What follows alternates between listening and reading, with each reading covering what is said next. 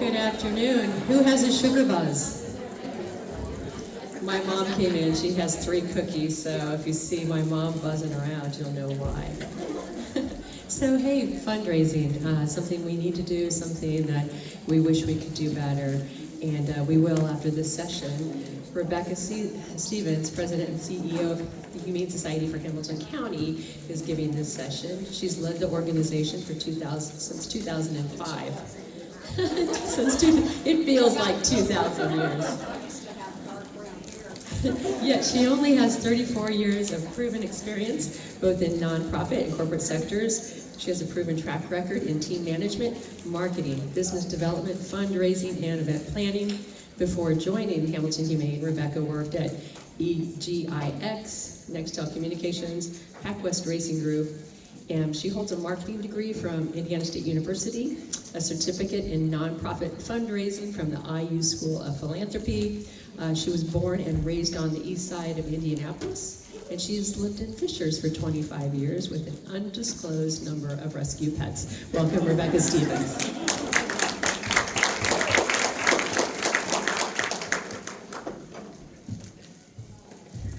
All right, everybody. Everybody's ready to raise some money. Feeling pretty good about it? Can you relate to having tens of dollars in your budget? Because I can. I did start with the Humane Society for Hamilton County 20 years ago. My anniversary is actually May the 1st. And when I started, a lot of people don't realize, it was a high-kill shelter located at the jail on the Hamilton County Sheriff's Department campus, and we had about 10 employees. We were taking in 4,500 plus animals a year, and we had no funding but what we were getting from the government through our contract, which represented about probably 65% of our annual operating budget. There were no programs, events, campaigns, nothing formalized in any way to raise money and communicate with the public. We had a bad reputation at the time. There was bad PR. Politically, not a good relationship. Had no idea how political this job was, or I probably wouldn't have taken it. And I remember not being able to make payroll week to week. I did not know if we could do it because we were in such bad financial, in a bad financial situation. We owed everybody money. We couldn't get vaccines. It was really daunting because it was like starting over. It was like building a brand new business and realizing, oh my God, there's no foundation here. And so I knew I didn't want to euthanize animals. And so I started to figure out and just kind of spitballed, to be honest, from my previous experience, what could I do to start moving the mark toward saving more animals? And it starts with being able to raise money. Money was the key. Building a foster program, being able to fund medical services, pay those bills. And so I wanted you to know going into it that I understand what it's like to be at that base level and to feel like you have nothing to work with but your own creativity. And I was fortunate to be able to apply my knowledge from my previous jobs to really do what I call guerrilla marketing, grassroots marketing. You hear that a lot. You don't have any money, but you hustle. I would say I'm a hustler, baby, and that's what you got to be. So you gotta dial for dollars. You got to build relationships. You got to get out there and get in front of people and make them understand why you need them. And so I just wanted to start with getting rid of that perception that it's Hamilton County, what could she know? Because money's like this all the time. They're so rich and they're leaving piles of money at our door, and it's just so great and easy. And I'm telling you, fundraising's hard no matter where you are. With that, here's some interesting information. And this is pretty typical. Now, IU School of Philanthropy, when I went through the course like 5 years ago, it was really the same breakdown. It doesn't change much, but it gives you a good idea that raising money in the animal shelter world or sector, it's difficult. A lot of people think it would be easy because typically 50-60% of Americans own at least one pet. So everybody's mostly an animal lover. You got like a 50-50 chance somebody might give you money.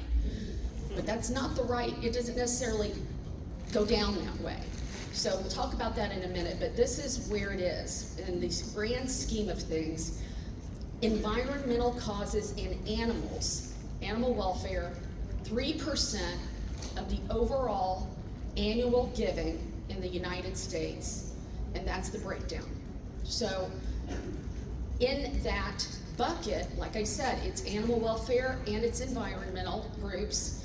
And so when you think about, well, who's getting the money on the animal welfare side of that 3%, I decided to go look. And so I was already nerding out, so I downloaded all the audited financial statements for these groups and then went out to see what their giving looked like. And I focused specifically on individual giving bequests, and it was hard on some of them because in their statements they build membership in and things that you can't pull out. So this was as close that I could get, and I thought it was fascinating. Obviously, at the top of the list, ASPCA. These are millions, by the way, of dollars.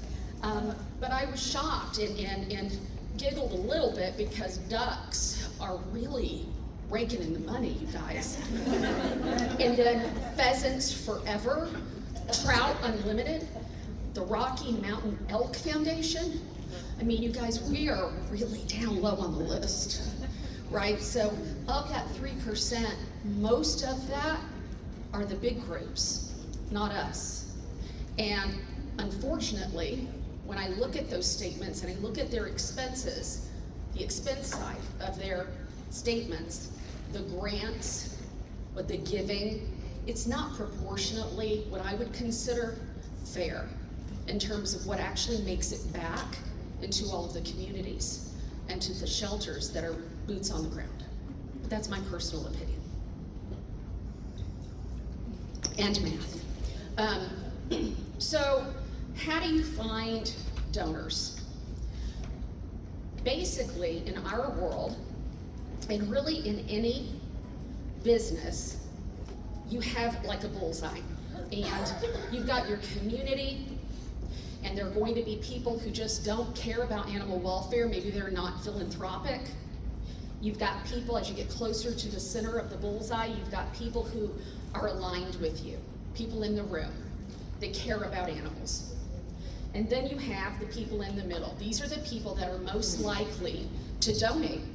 And you have to remember how powerful that is. These are the people closest to your world, to your mission. They're seeing it, they believe in you.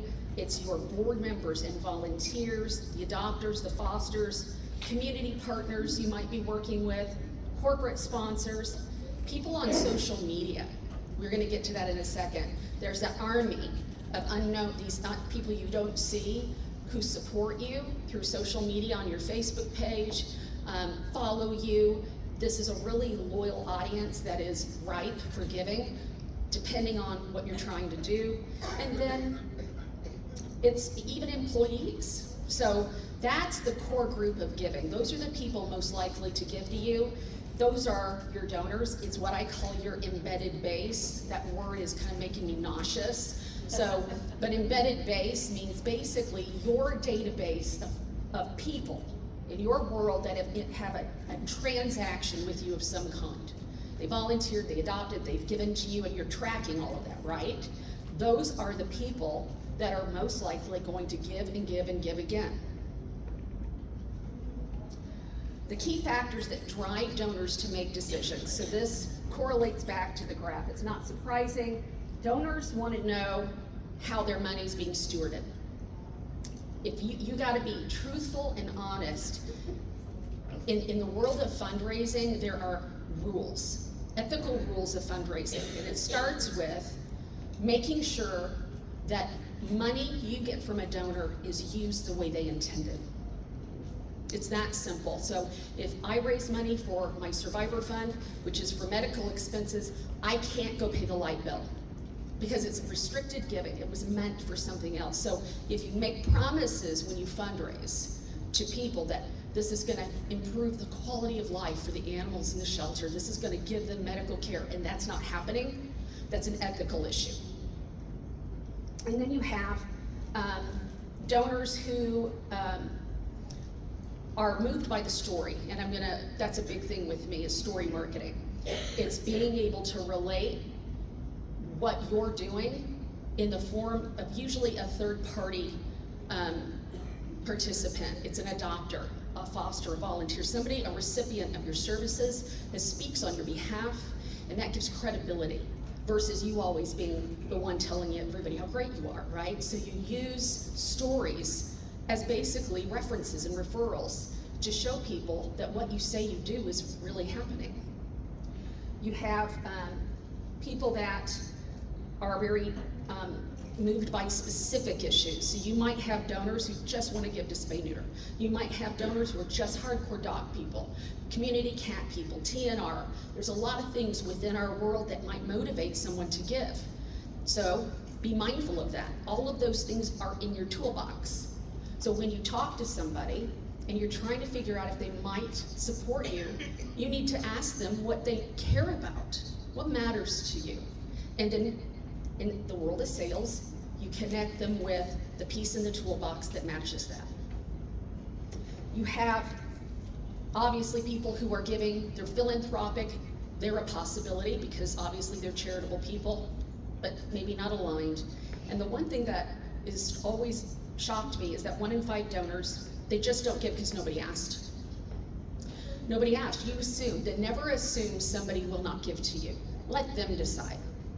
People do that all the time. They assume, I'm not gonna ask them. To my board members, love them, but they're like, I don't know my friends, they don't have dogs right now. They don't have any pets. So, does that mean they've never had pets? Does it mean they wouldn't care about animals? Let them tell you whether or not this is something they want to support. Facts tell, stories sell. So I come from, before this, the corporate world of marketing and sales. I had a sales team, like fundraising, but for profit. And this is the truth. Depending on what you're trying to accomplish, you're giving out statistical data, that's great, your annual report, facts tell. But when it comes to fundraising, it's stories, story marketing. It needs to be factual, truthful. You need to give real examples. And at the end of the day, you're not just out telling stories. It's not story time. You're trying to raise money. So don't forget that at the end of that story, or whatever you're doing, there's a call to action. There's an ask. The goal of this is to connect with the people on a deep emotional level. That's what makes people want to give to you. They believe in you, they trust you, they know that you're going to steward their money the way they want you to. And then you need to make sure that whatever happens next achieved the goal. Because if it didn't, then it was all pointless, right? So you need to be measuring the results of whatever you do. Fundraising is dependent on what you're trying to accomplish, who you're targeting, what your goals are, what your budget is. And I always tell my team, every time we're looking at something and you're communicating out to the world about an event or anything, ask yourself who, what, when, where, why, and how. Who are you trying to target through this particular campaign? Is it a current donor? Are you prospecting for new donors? Is it for grant money? Is it on social media? Is that specifically what we're doing? It could be a lot of different things, and that's going to drive your approach. What type of fundraising platform or medium is it that you intend to use? So is it an event? We're having an event off-site. It could be an event at your facility. It could be a campaign for Giving Tuesday. It could be an ask for in-kind donations. You need supplies. A capital campaign. A lot of groups do an annual direct mail campaign. So how are you planning to deliver this ask? When is your event? When is your campaign? What's the timeline for this? Because you need to make sure that whenever it is, you've backed up in your fundraising plan, your marketing plan for this initiative, enough time for all the deliverables that need to happen for it to be successful. So you got to promote this thing.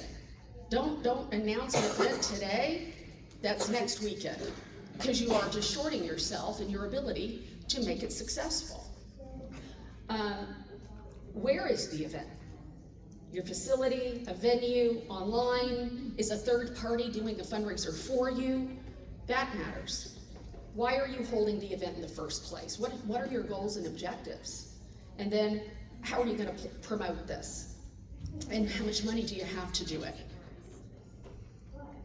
So I wanted to focus really on the best in my opinion, the best grassroots, low-cost ways to fundraise. What mediums are the easiest ones for most people? And even to this day, you guys, 20 years into this, I don't advertise.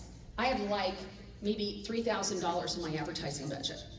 I don't do that. I have not outsourced a single marketing or fundraising initiative. Everything we do is in-house to this day. There's a lot of cost to be saved there if you can figure out how to do things on your own. And there's a lot of tools that can let you learn to do that. I've had to learn to do those things. Canva, working your way through it. You can do that. You have to make sure you start with your mailing list. Your embedded base is your biggest asset. So if you're not tracking who is interacting with you, you're missing out on the most important thing and way to fundraise. Again, the people who already know you, love you, adopt from you, and have donated to you are the most likely people to do it again. And make sure, and to do that, and depending on where you're at in your evolution, you have some sort of customer relationship management tool. There's some links at the end you can reference, like Salesforce. But in the beginning, I can tell you, I used Access. I had an Access database. Does anybody even know what that is? It was like an old Excel tool. Anything will work. Use Excel. It doesn't have to be fancy. It works just fine. I love Excel.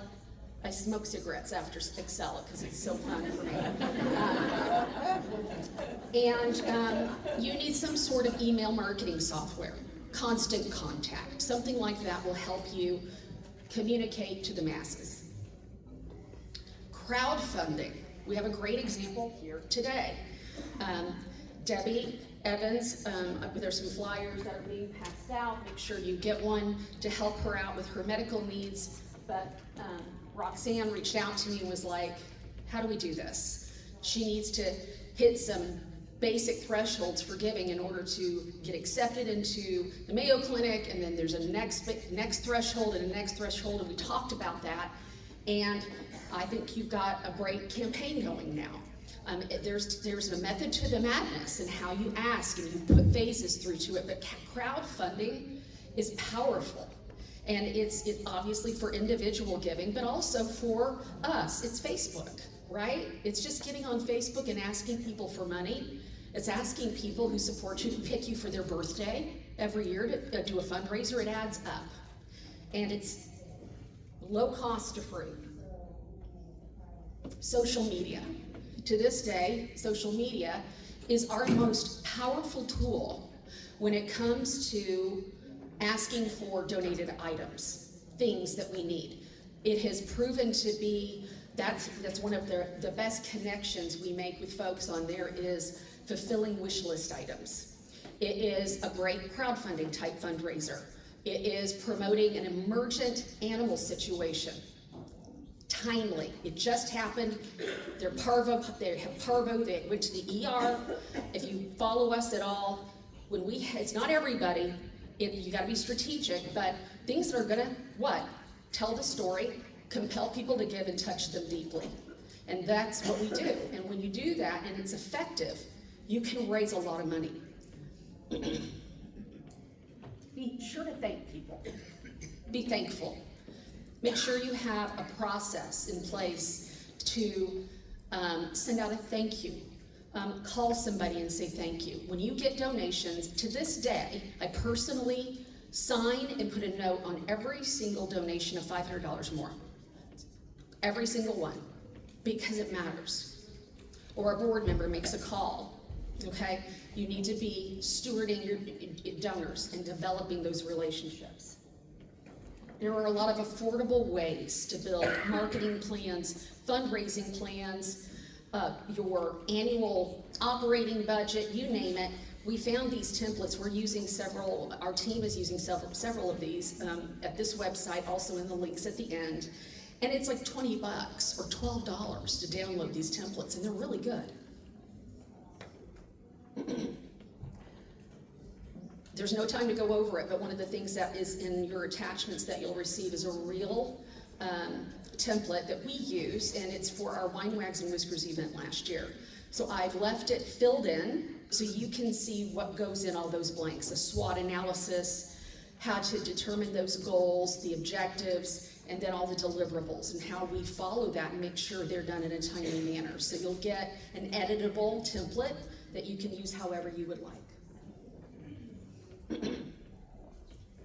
The other thing you have to remember, and this is kind of shifting topics, is that how you fundraise is driven by, if you're running an animal shelter, specifically how your business model is designed. Did that just, okay. So as a shelter, in the animal sheltering world, there are different ways to run an animal shelter. It doesn't have to be just one government entity does all of it or a private entity does all of it. There's different models.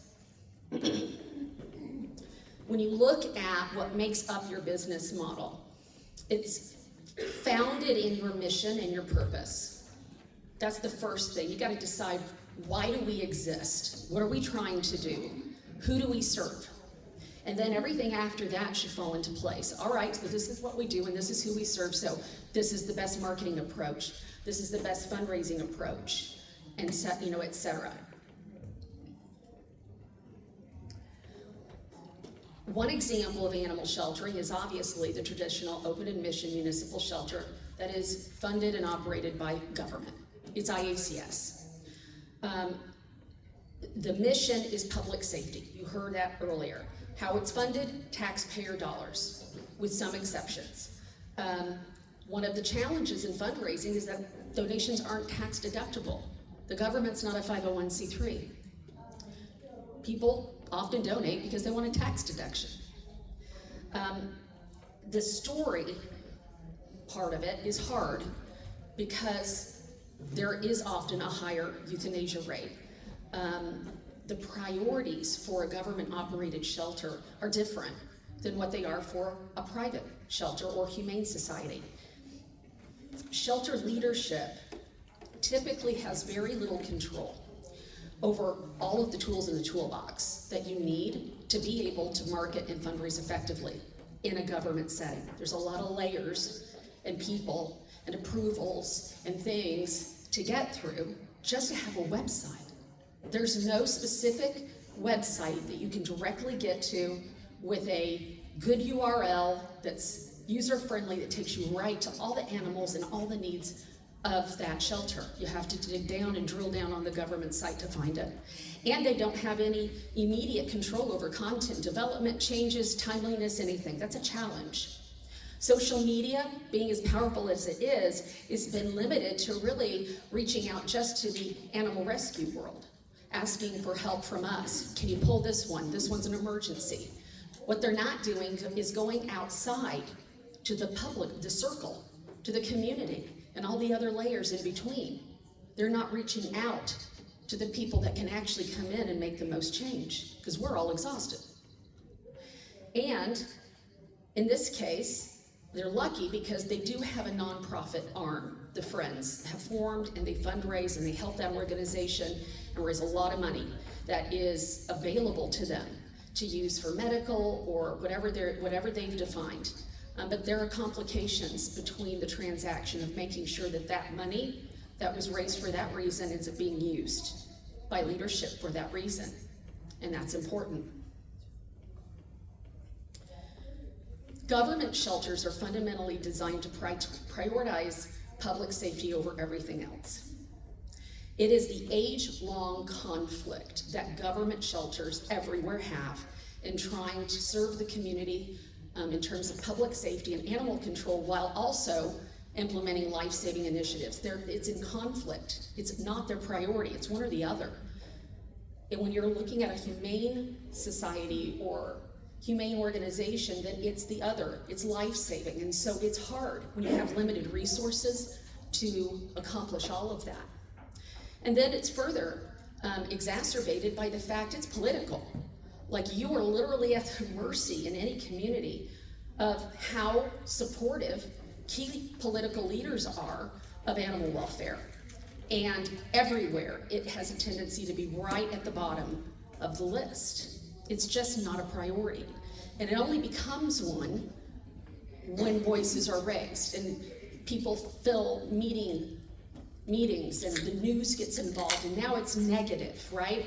And now they are having they're having a literally visceral reaction to animal welfare, and they don't want to deal with it. And so now it's just a vicious cycle of lack of support. So I wanted to talk about, a lot of people asking me, well, what could we do? What are the different ways to shelter? Could we change something? And the answer is yes, but it just depends. There's a lot of variables. So this is the best way I could come up with how these different houses look in a community. My house is Hamilton County. There's Humane is in Indianapolis. You have IACS. Everybody's got their house. And how does that all work, and how does it work together? So the first one is really a collaborator. This, besides the government shelter, you have a privately operated shelter that has no contracts or obligations to take in certain animals, but they are working in collaboration as the private partner with the local municipal shelter by design. That partnership affords them additional funding opportunities, typically to provide low-cost vet services, spay neuter. They're pulling animals on a regular basis to help with capacity issues. They're partners in crime. That's a collaborator. Then you have the observer. This is the privately operated shelter without contracts that's in your community, but not so much pulling from you. They're kind of in their own world, and they are strategically focused differently. And what I have found is they often, they are managed intake, and they are very focused on highly adoptable animals. We're not dealing with behavior issues. We're not dealing with anything extraordinary in terms of medical care, and many times they even will bring in puppies and highly adoptable animals from other communities, either as a revenue stream or whatever the case may be, but their priority is not aligned typically with the municipal shelter. Unfortunately, they don't play together well. Our design is what I call the one-stop shop. And I believe, not just because it has worked in Hamilton County, but this has been implemented in a lot of other communities. This isn't a Hamilton County thing. This is just a business model. And it was in place before I came here. The county commissioners figured out a long time ago they didn't want to deal with it. It was not driven by their love of animals, you guys. It was driven by the fact they didn't want crazy animal people with pitchforks showing up on their doorstep. And so they were like, how do I offload this? I don't want to do it. Let somebody else do this. Let's find a group that we can contract with. We'll give them a building, and they don't pay a lease, but dollar was my lease, and let them do what they do best. They're the tree huggers. Let the animal people take the animals in. We'll pay them something for the hold period, but then they can own the rest. It's a cost savings to the county because they do the fundraising. Right now, my annual operating budget is funded 80% by fundraising that we do, 80% of it. 20% is county and city contracts. That's a deal. That's quite the deal. It did start that way. It takes time. But they don't deal with it. They don't have to deal with bad PR. Nobody's showing up for the most part, knock on wood, and they have something that's working in the community. And while they may not make it a priority, they do realize it is one for many of their constituents that were smart enough to figure that out and figure out that we could do it better than people who are not those crazy animal tree huggers. The other thing to mention is the law enforcement piece. There's different models within this model. I've seen it done where, like Amy, but she's not a private organization, but she has the animal control officers report to her. All of that is under her umbrella. I don't have that. That is all stays with the law enforcement agencies. Fishers, Carmel, Westfield, Noblesville, the Hamilton County Sheriff's Department all have their animal control officers, and when there's an issue, they go out to their respective areas, but they bring it all to us, no matter what it is. We're open admission, 365, 24/7, no appointments, strays, and owner surrenders per our contract. And they all come here. Bite cases, hoarding, neglect, hit by car, we're running a mass unit. But it all goes to one place. And the beauty of it is that after the stray hold of 7 days, on the 8th day, they become the property of the Humane Society, and we get to control their fates. Do they live or die? And that's the way to ever achieve no kill, if that's what everybody's trying to do. But I do think we have bigger fish to fry. How do we stop this where it's not working? Well, like I said, it's about putting the right people in the right places to do what they do best. Let law enforcement handle law enforcement. Let all of us crazy people take care of the daily operation. Make sure it's clean. The animals are cared for, and they're getting their best chance every day.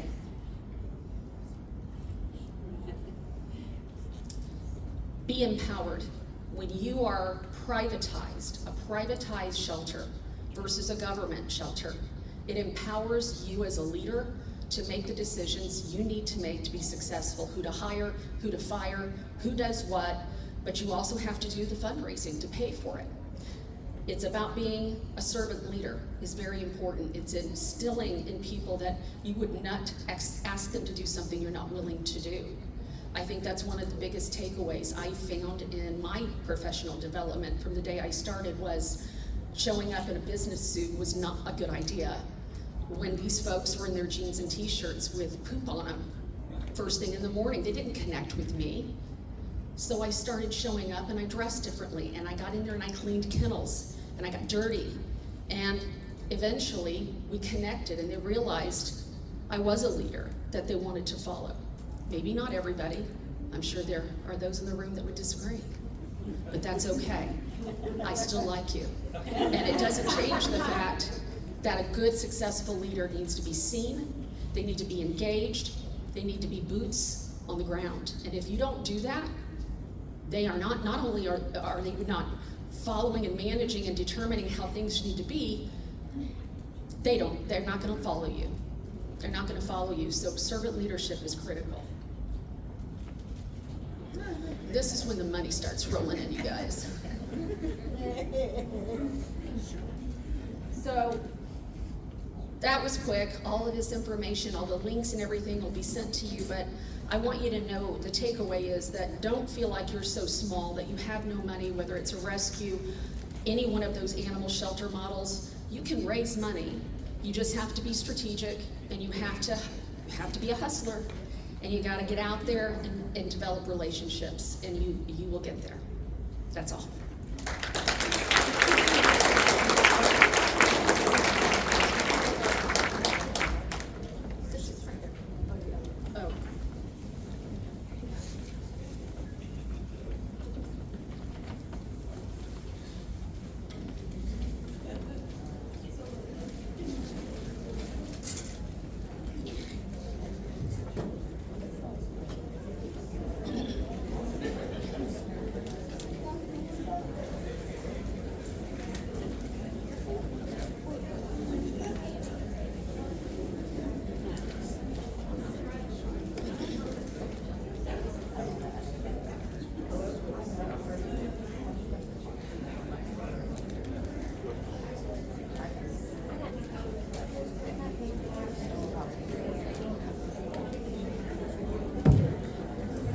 Perfect. Thank you, Rebecca, for that. Are there questions? We have time in this session. Sure. So I'm on the board of our local animal welfare league, and I am also chairman of the marketing and fundraising committee. Woohoo! And I get a lot of I get a lot of push for corporate donors going out into, and I just want to get your take on that. Am I just spitting in the wind? Do you think it's worth going after that sector? Corporate people, there's a misconception, and I often will hear that from board members. They're like, there aren't enough, we need to go after Lily. Have you called Oprah? You know, and I'm like, just simmer down, literally. It doesn't work that way. Now, we have corporate sponsorships where they pay us money to either be a partner we have an annual program or for an event maybe.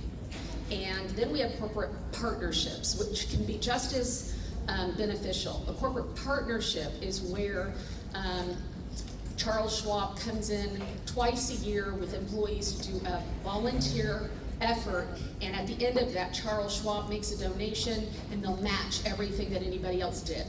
That's a partnership where you're the beneficiary of a business's actions, of an event they may host, and they give you the check. That's my favorite.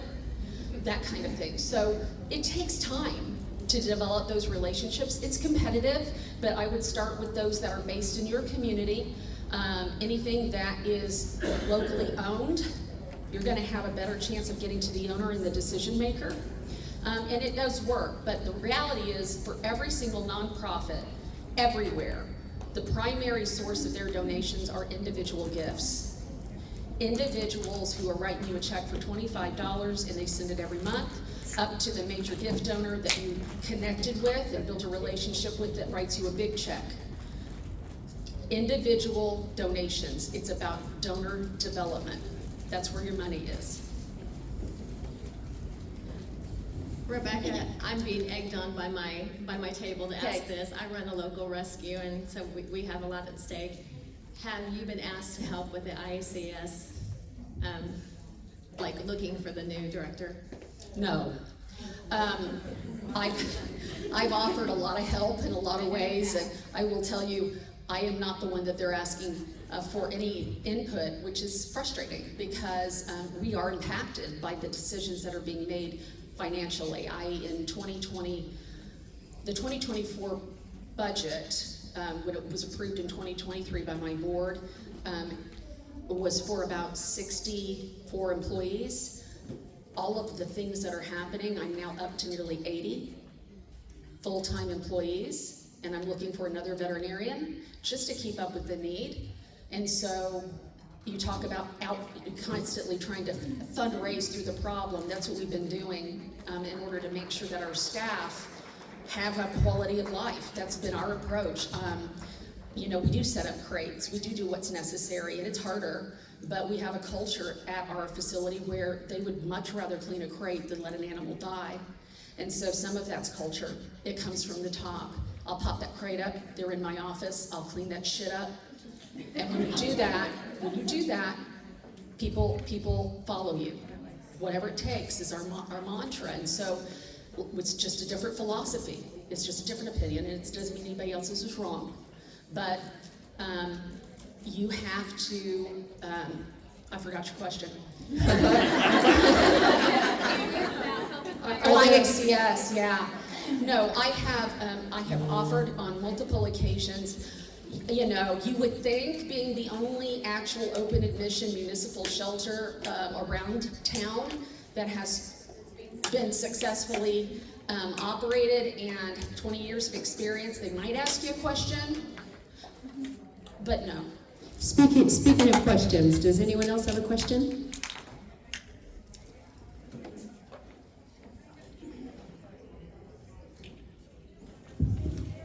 What are your thoughts on whether or not you should share the total amount raised? Like if you have a major fundraiser, do you publish that afterwards to let everybody know? Like what are the pros and cons of what to share with that regard? Always. I always do. Then do you say that's like after expenses or like how do you? I typically report net Okay. because it's, you know, that's the bottom line. Okay. Right? Any one year you might pay more for a venue than you did the next year, and then it impacts everything. So I just go to the net, which is dollars in your pocket. And it's important to let people know that the campaign they donated to was successful. We have another question. Okay? When you do find those supporters that might be writing those larger checks, you know, is there a sweet spot for how often you maintain contact with them to ensure that they stay engaged with your facility, your shelter or rescue? You know, instead of like the one-time yearly donor asks, do you find reaching out to them to say, hey, this is a little update on what's been going on, a little newsletter works? You do keep in touch with them. Everybody's different. It really is a sales comparison. It's basically the same principles of developing a relationship with anyone. And as you do that, you begin to get a feel for they want to be contacted, they don't want to be contacted, what do they care about? You need to follow the organic, you know, journey of that, and that's what a good donor development fundraising person does with major gifts, and trying to there's a pyramid of giving, and people start at that $25, and your goal is to get them up to levels in the pyramid to they're at the top and writing you big checks. But that period takes time, and it's different for everybody. You just have to be intuitive and consistent and dedicated. Do we have time for another question or two? I see there's one up here. I was just wondering, what kind of event can a person have that would actually draw in the most amount of money? I'm sorry. What kind of event is it that a person could actually have that would draw in the most amount of people and finances in order to help the rescue? I mean, like I said, a lot of it depends on what you're trying to do. Our biggest event is our Tinsel and Tales event. It's the Thursday before Thanksgiving every year. And it is a celebration of the most remarkable stories of rescue and redemption of the year. And so there's a whole process where I interview my staff, and they nominate their favorite adoption stories or veterans that are in our program, and we whittle it down to 8 to 10. They don't know who I'm picking. And I interview those people. Producing that video takes me about a month, because those people come in, they're interviewed, I edit the video, I put it together to music, we use a professional videographer. I'm getting to the point of, we let them tell their stories. That's the most powerful way of fundraising I have experienced, is letting people hear through the beneficiary the impact your organization has had on their lives. It isn't just the animal story, it's the full story, coming full circle. They adopted this dog, her husband died, it filled the void, she's out walking with the dog and alive again. Bring it around, full circle, and you did that. Tell that story through her perspective, not yours. That video, that singular video, has been the most powerful thing I think we've ever done. And then we feature those animals after the video. They walk a runway, everybody's standing room only, there's tears. And in that moment, the emotion in that room is so tangible that I get up on the stage right frickin' then with a microphone and I ask for money. I completely exploit what they're feeling in that moment. And you set a goal, and you better pick a goal. You don't get to change it, you guys. Once you publicize a goal, by the way, don't go down. That's not good. Be strategic when you pick your goal, and you better stick with it. So think about it. Always say I'm looking for a minimum amount of X. That's the minimum, because that way if I get more, it's great, but make it achievable. You don't want to leave an event with people feeling like you didn't achieve something. Be smart. So that's been our biggest success, by far. I think we have time for one more question.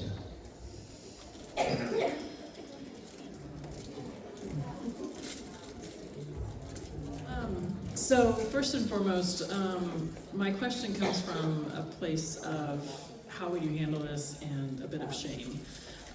One of our adopted cats was surrendered at your shelter, and your staff was wonderful. They contacted us immediately. She was microchipped, obviously. They lied and said that they found her, that they lived in the area and they found her. Well, it turns out they live like in Greenwood. Every day, all day. Yeah.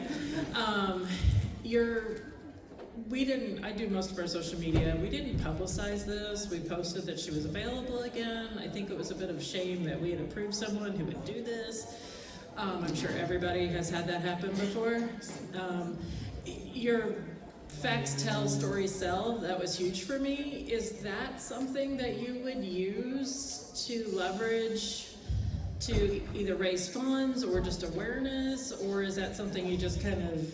It happens to all of us, you guys. Like, seriously, I mean, everybody's done that adoption. You did everything. You thought that was the best when they come back for whatever reason. You can't control someone's lack of commitment.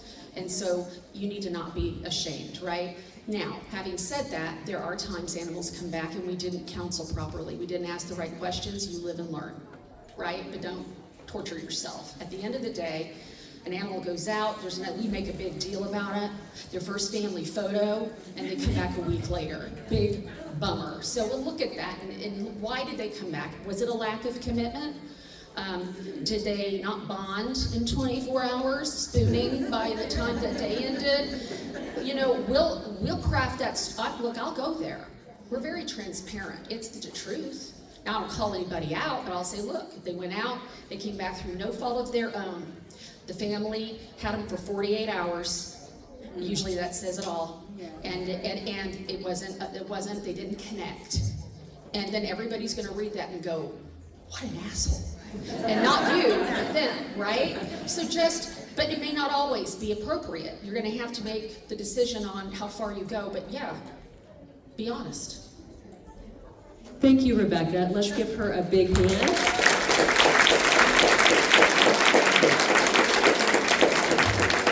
Let's take a quick potty break before our next session.